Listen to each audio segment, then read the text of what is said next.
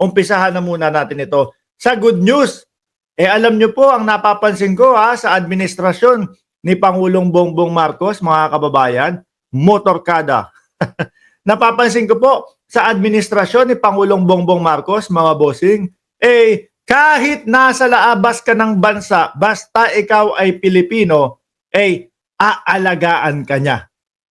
Hindi ka niya pababayaan. Hindi kagaya nung dating Pangulo, Naku, ito na naman si Mark Ramos, pinagkumpara na naman yung dalawang Pangulo. Malayong-malayo naman ho kasi talaga, mga boss. No? Hindi kagaya nung dating Pangulo, kita mo, nasa bitay na yung isa nating kababayan na OFW, si Veloso, di ba? Wala lang pake. Hayaan lang daw na mabitay. Biruin nyo yun. Eto ho, pakinggan nyo ang balita ng ating Pangulo. Magandang balita ho ito, para po doon sa mga kamag-anak, mga minamahal sa buhay nitong mga OFW na ito. Mga minamahal kong kababayan, ikinagagalak kong ipabatid na sa okasyon ng ika-53 National Day ng United Arab Emirates, 220 Pilipino ang pinagkalooban ng pardon ni kanyang kamahalan Sheikh Mohammed bin Zayed Al Nahyan. Ayan, yan ang maganda dyan, mga bossing. Nakita nyo ho? Nakita nyo bubukas yung ilaw? May makulit dito pumasok sa loob. Halika nga! Ayan. Ayan, hawak-hawak yung cellphone niya. Say hi! Hi! Hi, vlog! Hi, Ja! Okay, go out na. Play your song. There. Yun nga, mga kababayan. Pag paumanin nyo po at naudlot tayo, nandiyan makulit naiwan kong nakabukas yung pintuan. Yan mga bossing, hindi naman po porkit may anibersaryo sila, basta bigla na lang binibigay yan. Hindi ho. Siyempre, ang atin pong administrasyon, ang atin din pong Pangulo, ang ating gobyerno ay nakikipagtulungan upang magkaroon ng mga ganyang pardon, mga bossing. Isa lang po ang ibig sabihin yan. Hindi po pabaya ang ating Pangulo, lalong-lalo na sa mga kagaya ng mga nasa labas ng bansa, mga OFW. Akalain nyo, no? Pero ang palabas ho ng mga DDS, kayong mga OFW, pinapabayaan na kayo ni Pangulong Marcos. Hindi ho. Itutuloy ko ho mga kababayan. Mga minamahal kong kababayan, ikinagagalak kong ipabatid na sa okasyon ng ika-53 National Day ng United Arab Emirates. National Day ng United Arab Emirates. Sabi ni Dio dito, Dosena, wow, good news. Maraming salamat sa ating Philippine Embassy at kay PBBM na nakalaya ang ating kababayan. Mahigit 200 po yan. Hindi nga lang umabot ng pero aangal ka pa ba nun? Di ba? Kahit hindi na umabot ng Pasko, basta makakauwi yung kababayan mo o yung mahal mo sa buhay o kamag-anak mo, nanay, tatay o kung sino man yung kasama doon.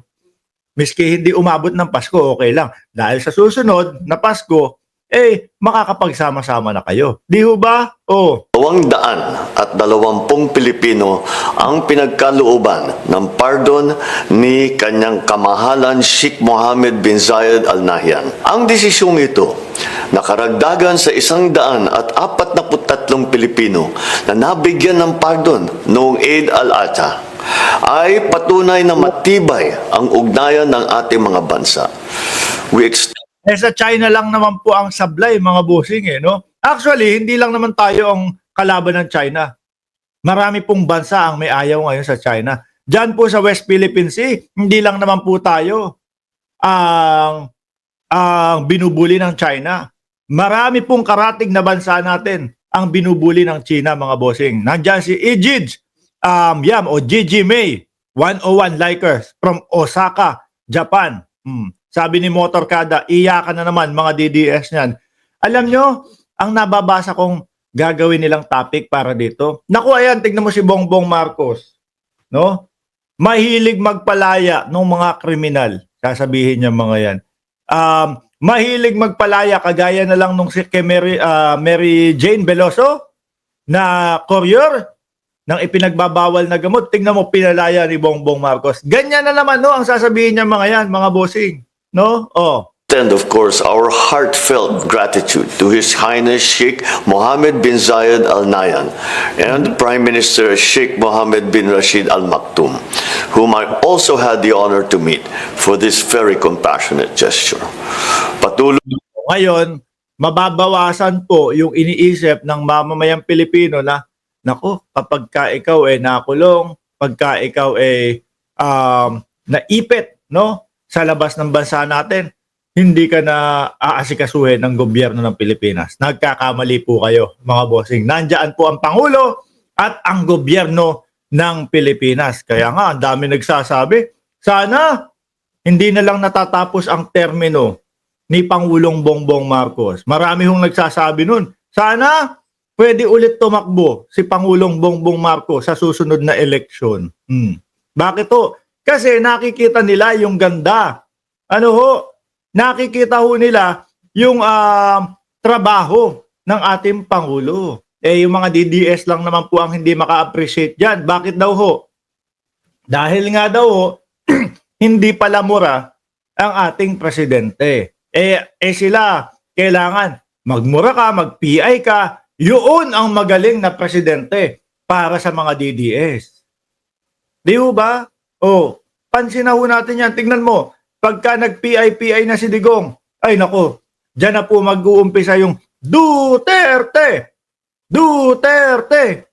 Pagka medyo madiin yung PI ni Digong, Duterte!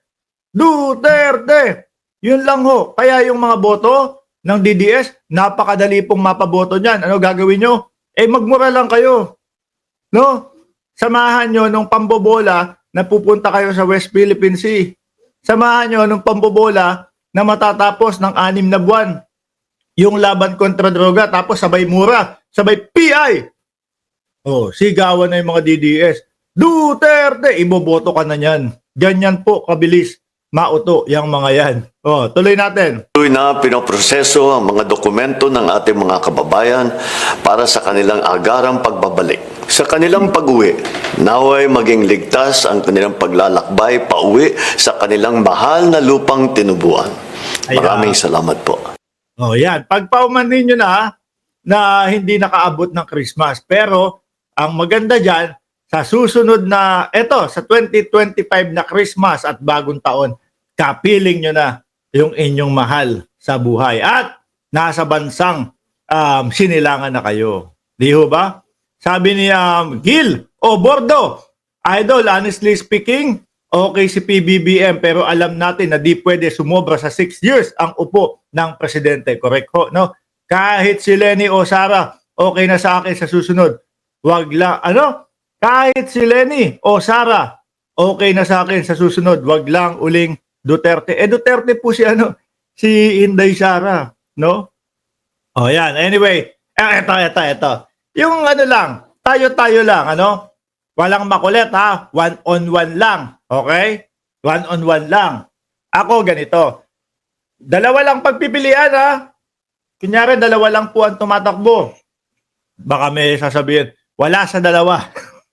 Ibig sabihin nun, hindi kayo boboto. No? Baka may magsabi, hindi, ito iboboto ko, wala sa pagpipilian. Dalawa nga lang kunyari ang pagpipilian. Si Attorney Lenny, tingin ko hindi yan no? Ang tingin ko, si Senadora Risa Ontiveros ang susunod na pambato ng mga kakamping. Risa Ontiveros versus Sara Duterte. Yan, dalawang babae. Kanino ho kayo, mga kababayan? Ako, hindi ho ako magkakaila, mga bossing. Sa pinapakita po ng dalawang babae, kung sila lang ang pagpipilian natin, ay, kahit po dati, ayaw ko sa mga dilawan tawag natin dyan, no? Sa mga kakamping, Risa Ontiveros ako, mga boss. Yan, rektahan. Kasi ayoko nung, wag mo kong mailinya-linya diyan kasi baka maubusan ako ng supporter. Kasi yung ibang supporter ko ayaw kay Risa. Hindi ho, rektahan, no? Risa Ontiveros ako versus Sara Duterte. Kayo ho, diyan sa comment section. Komento nyo lang ho, no, kung kanino kayo.